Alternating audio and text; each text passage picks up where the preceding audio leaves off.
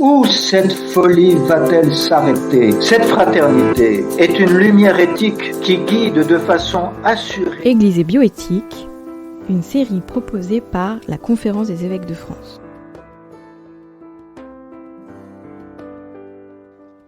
Comme pour le don de sang ou d'organes, le principe de l'anonymat est appliqué au don de gamètes. Les gamètes, ce sont les cellules reproductrices des humains.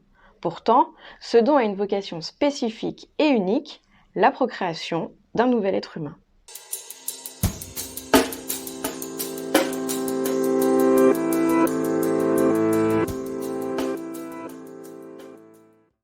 Certains pensent compenser l'effacement du lien biologique par la levée de l'anonymat du donneur. La parentalité d'intention serait alors privilégiée, au détriment du lien biologique. D'autres soutiennent le maintien de l'anonymat des donneurs, qui favorise la dynamique de recrutement du nombre de donneurs. Pour eux, il serait important de continuer à satisfaire la demande actuelle de gamètes, voire même d'anticiper aussi l'augmentation de la demande. Mais cette vision sociologique et égalitariste se heurte à deux enjeux éthiques majeurs.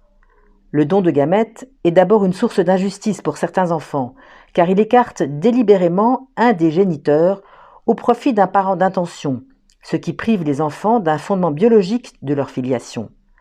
Connaître l'identité biologique du donneur n'effacera pas le préjudice subi. Ce qui mène au second enjeu, l'importance de la référence biologique. Il n'est pas indifférent d'être issu d'un tel ou d'un autre. Le don de gamètes, en fait, pose une question simple. Est-il important ou non d'être issu biologiquement de quelqu'un ? Qu'est-ce que l'homme pour que tu penses à lui? Le fils d'un homme, que tu t'en prennes souci. Psaume 8.